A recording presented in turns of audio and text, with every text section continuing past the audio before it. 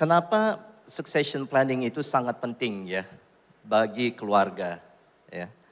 Karena kita harus mempersiapkan generasi berikutnya supaya mereka siap untuk mengambil alih bisnis keluarga.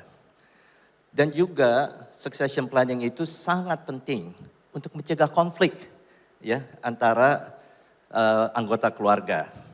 Nah, biasanya konflik itu terjadi di generasi kedua, ketiga, karena anggota keluarganya semakin banyak. Dan mereka punya visi, misi, ambisi semakin banyak juga. Ya. Kalau dulu barangkali yang membangun perusahaan, family business Anda adalah orang tua sudah tidak ada lagi, jadi kakak adik. Dan kakak adik mempunyai banyak anak. Generasi ketiga adalah cucu-cucu kan ya. Nah, kalau di luar negeri ada yang namanya generational curse. Yang mereka bilang first generation yang membangun, generasi kedua yang konsolidasi dan memperbesar, generasi ketiga itu yang sangat bahaya karena semakin banyak orang-orangnya. Dan dengan semakin banyak orang-orangnya, semakin sulit untuk menyatukan misi ya dan ambisi daripada keluarga tersebut. Nah, ini sangat penting untuk menjaga the foundation, the principle of keluarga. Ya. Jadi mereka pengen, kita bisnisnya di apa aja sih? Ya, apakah kita akan masuk ke merintis bisnis yang baru? Kalau saya dengar ya sekarang kalian-kalian pada bilang, aduh anak-anak udah gak mau nurusin lagi nih.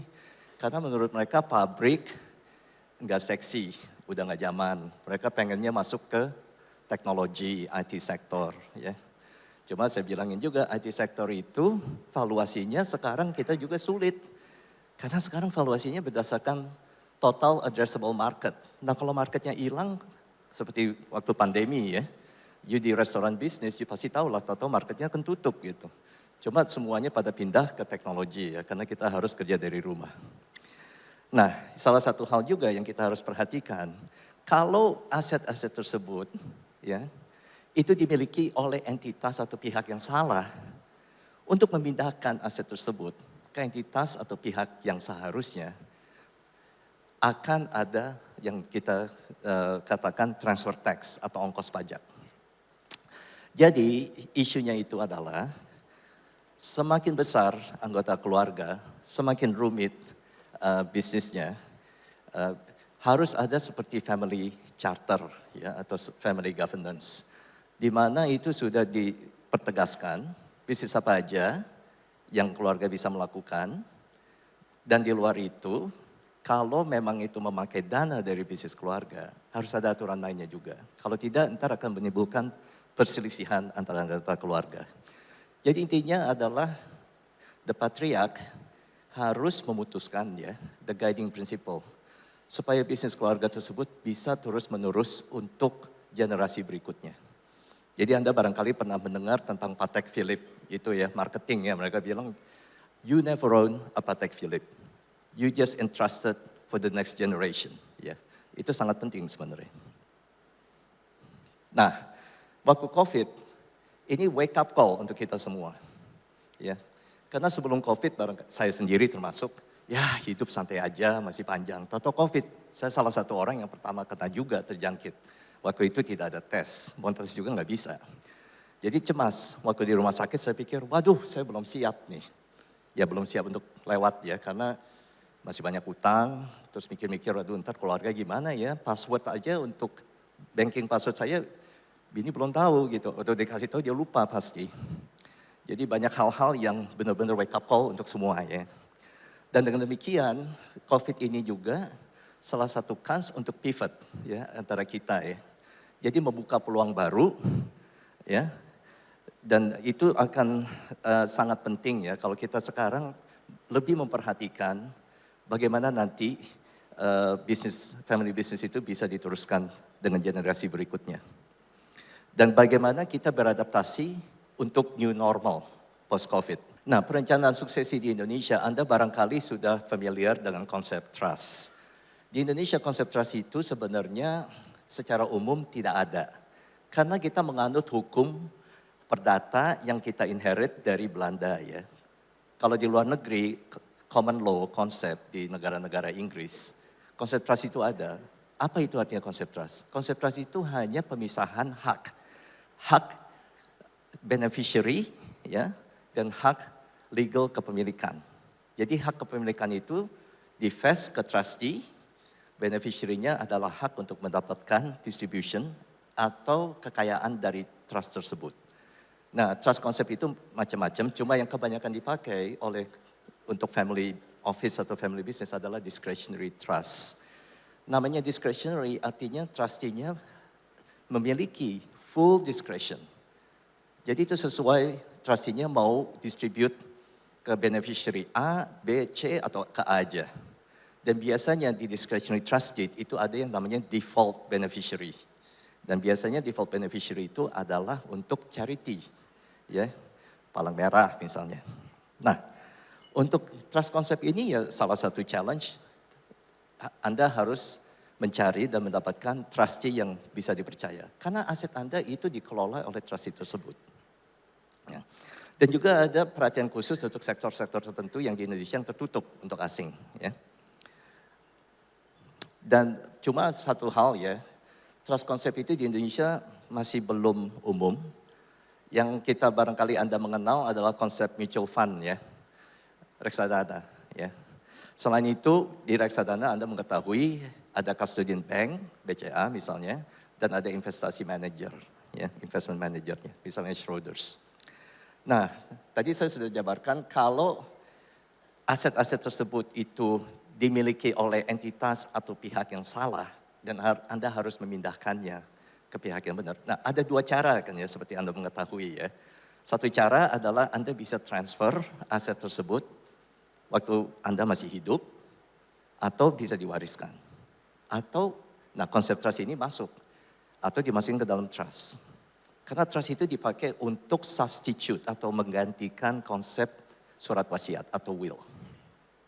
Kalau tanah bangunan, Anda sudah mengetahui di Indonesia, kena pajak yang final. Sikapnya 2,5% dari segi yang mentransfer atau yang menjual, dan ada BPHTB yang 5% dari segi pembeli. Ya.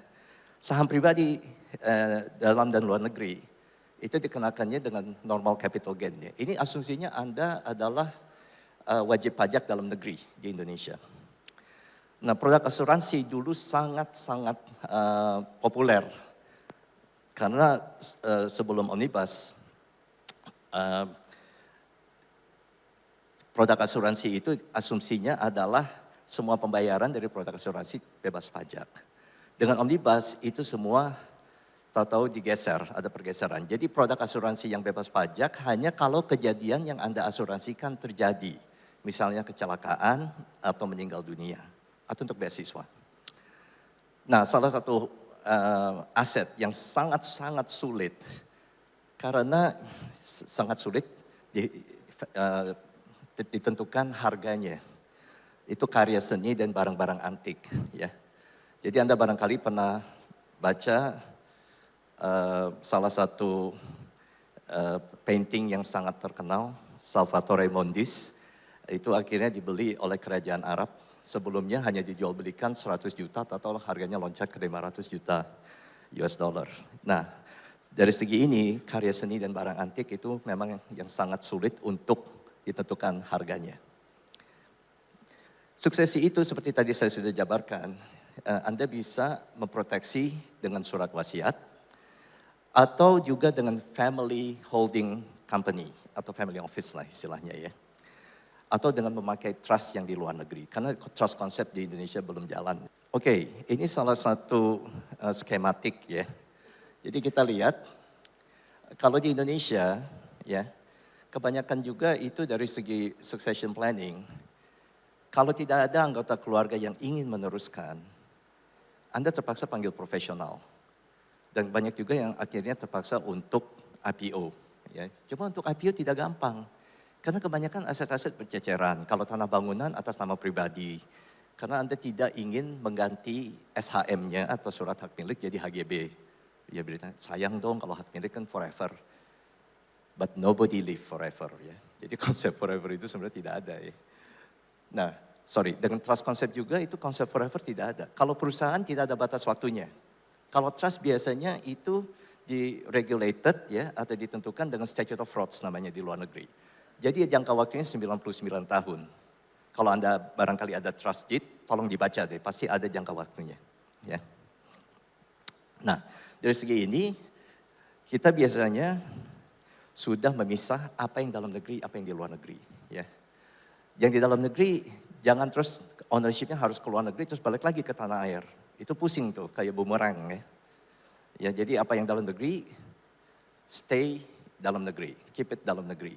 Jangan tektok dalam negeri, luar negeri, terus balik lagi ke dalam negeri. Itu intinya. Karena tiap kali ada pembayaran ke luar negeri, seperti Anda mengetahui, ada withholding tax-nya. PPh pasal 26 biasanya. Ya, dan rata-rata itu 20%, kecuali kalau luar negeri ada perjanjian P3B untuk mencegah pajak berganda.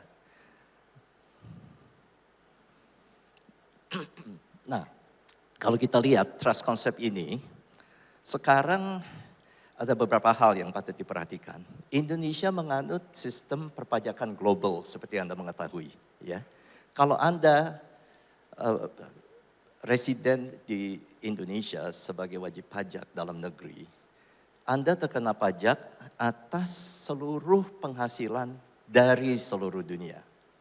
Kita tidak menganut sistem taxation by citizenship. Itu USA, ya. Amerika begitu, kita tidak. Jadi sistem perpajakan kita itu kalau Anda berdomisili atau tinggal di Indonesia, ya, tempat tinggal Anda memang di Indonesia, Anda kena pajak atas penghasilan dari seluruh dunia. Kalau Anda orang Indonesia terus mau pergi ke luar negeri untuk selama-lamanya, bisa itu diurus. Jadi Anda bukan lagi residen, Anda akan hanya dikenakan pajak dari penghasilan yang bersumber di Indonesia.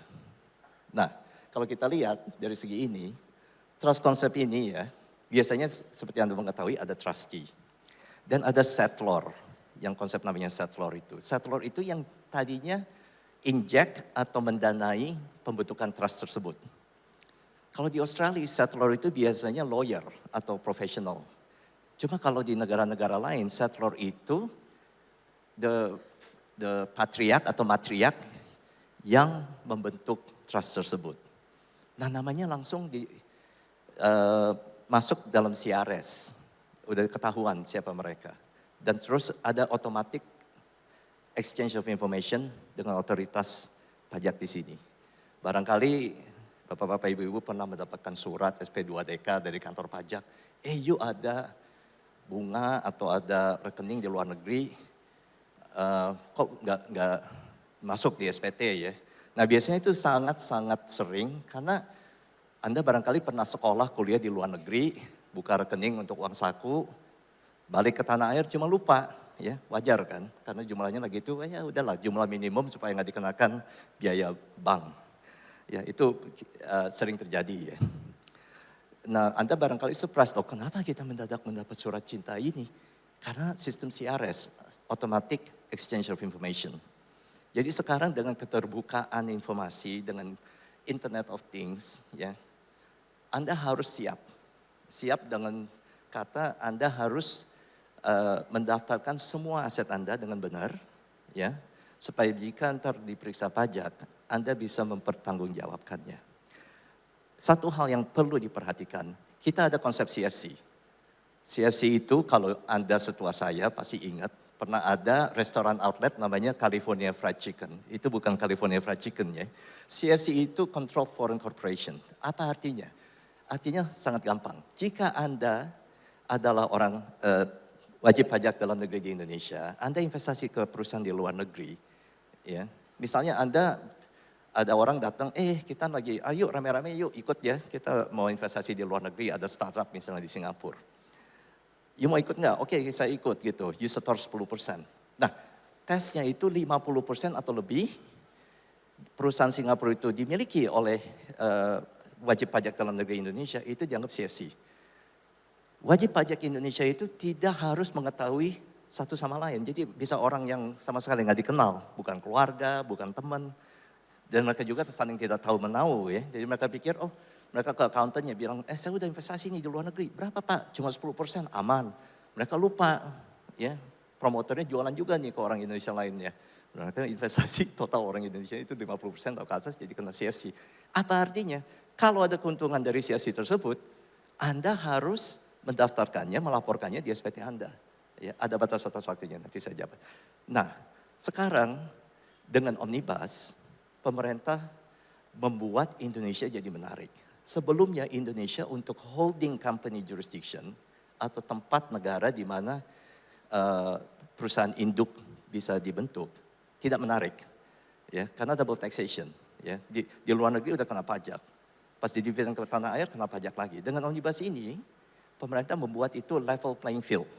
Ya, jadi lebih fair. Jadi mereka lihat, kalau misalnya di luar negeri, Anda dividen balik ke tanah air, dari 100% keuntungan yang di luar negeri tersebut, dari perusahaan tersebut, 70% di-exempt, 30% kena pajak. Kalau Anda investasikan 30% tersebut, jadi itu didistribusi sebagai dividen balik ke tanah air, di eligible investment, yang nanti saya akan jabarkan, untuk 3 tahun, sama sekali tidak ada pajaknya. Ya, nah ada beberapa teman yang tanya, wah Pak Ben, kita butuh dananya di luar negeri nih, bukan dalam negeri. Gimana dong, masa harus direpatriasi? Perusahaannya lagi di growth stage gitu, butuh dana untuk expansion. Oh gampang, you repatriasi 30%, balik ke tanah air, you masukin ke sebagai saham, setoran saham di PT di tanah air, PT tersebut juga jadi pemegang saham di Singapura. Jadi dananya bisa diputar balik lagi kan. Ya itu salah satu cara lah. Dan pasti Anda juga mengetahui karena itu banyak yang pakai cara tersebut waktu zaman tax amnesty yang pertama. Satu hal yang patut diperhatikan, kalau Anda pakai trust, Anda sebagai beneficiary dapat distribution dari trust, itu tidak exempt. Ya. Yang tidak dikenakan pajak, yang di-exempt hanya dividen. Ya. Jadi please take note. Nah, trust di luar negeri juga kena CFC ini. Ya, pemerintah bilang, wah trust ini binatangnya masih meraba-raba karena peraturan di Indonesia atas trust tersebut belum baku ya, masih baru ya. Jadi pemerintah bilang udahlah gampang-gampangnya, karena untuk CRS yang declare juga adalah settlor, udah gampang-gampangnya kita ubur settlornya aja deh. Ya, jadi kalau misalnya ada settlor, terus trust tersebut memiliki perusahaan-perusahaan di luar negeri, perusahaan tersebut bayar dividen ke trust, settlor itu harus declare. Jadi untuk ini seperti small case study ya. Misalnya ada orang tua sudah lanjut usia dan mereka ingin anak-anaknya enjoy the fruits of their labor ya. Jadi kalau tanah bangunan kita udah mengetahui lah ya. Itu kalau misalnya bisa dihibahkan, kalau hibah itu ada peraturan khusus di Indonesia, hibah antara orang tua ke anak dari satu garis lurus keturunan tidak dikenakan pajak. Ya. Jadi Anda cuma untuk PPHTB-nya juga tergantung daerah masing-masing, itu harus diurus. Saham di berbagai perusahaan swasta dalam negeri dan luar negeri, seperti tadi saya sudah jabarkan, kalau ingin dipindahkan ada pajaknya atas keuntungan atau capital gain. Kecuali kalau hibah sekali lagi ya. Nah hibah juga itu perlu diperhatikan, kalau asetnya di luar negeri, biasanya notaris di Indonesia tidak mau membuat akte hibah. Karena itu di luar jurisdiksinya mereka. Jadi Anda harus kontak pengacara di luar negeri untuk membuat itu. Kalau saham-saham yang tercatat di Bursa Efek, Anda sudah mengetahui, kalau memang itu IPO pertama kali, ada yang namanya Founders Tax 0,5% dari IPO value. Setelah itu semuanya hanya kena 0,1% dari transaction value sepanjang ditransaksikan di bursa. Ya. Jangan ditransaksi di luar bursa. Kalau Anda dalam negeri, Anda transaksi di luar bursa, celaka karena yang 0,1%-nya nggak jalan. Uang tunai di bank itu gampang lah, kalau uang tunai dihibahkan aja, tidak ada konsekuensi pajaknya. Karya seni dan barang antik seperti yang tadi saya sudah bilang, itu sangat hibah, bisa juga exempt. Kalau tidak dihibahkan, mau dipindahkan, ya isunya adalah valuasinya. Bagaimana menghargai sesuatu barang antik atau seni. Jadi ini fasilitas pengecualian dividen sekali lagi ya. Untuk orang individu, kalau Anda mendapat dividen dalam negeri, itu ada pajaknya 10% final. Ya. Cuma akan dibebaskan kalau Anda investasikan dividen tersebut di eligible investment selama minimum 3 tahun. Kalau itu diterima oleh wajib pajak badan dalam negeri, jadi PT ke PT, exempt. Sebelum omnibus itu ada kriterianya. Jadi yang menerima dividen tersebut harus memiliki 25% atau lebih dari PT yang membagikan dividen. Itu sekarang sudah tidak ada. Semua exempt. Satu kondisi yang Anda patut pahami, supaya jadi tidak kena pajak, dividen tersebut harus masuk di dalam RUPS, ya, rapat umum pemegang saham, ya, di deklarasinya, atau sebagai interim dividen. Nah, dengan demikian, kalau itu private company dari luar negeri, seperti tadi saya sudah bilang, 70% exempt profit dari luar negerinya, 30% kena pajak, 30%-nya juga bisa exempt kalau diinvestasikan di tanah air untuk 3 tahun. Kalau Anda investasi di public listed company, saham di luar negeri yang tercatat di bursa di luar negeri, 100% harus diinvestasikan, ya tidak ada 30% doang yang Anda harus investasikan. 100% Anda harus investasikan untuk minimum 3 tahun supaya tidak kena pajak. Kalau Anda melakukan bisnis di luar negeri yang aktif dan Anda tarik semuanya balik ke tanah air, itu bisa exempt juga. Cuma kondisinya sangat berat. Jadi Anda jangan pikir, saya jualan nih lewat internet. Yang beli itu semua orang luar negeri. Itu bisnis luar negeri enggak? Tidak, maaf itu tidak exempt. Oke? Nah, ini adalah investasi apa aja sih yang Anda bisa melakukan supaya exempt? Banyak sebenarnya, ya. Jadi Anda bisa beli obligasi pemerintah, obligasi corporate, ya. Jadi bisa masuk ke produk-produk keuangan atau produk-produk di luar financial sector. Seperti Anda bisa investasikan ke dalam saham PT pribadi yang baru atau PT yang udah ada dalam penerbitan saham yang baru.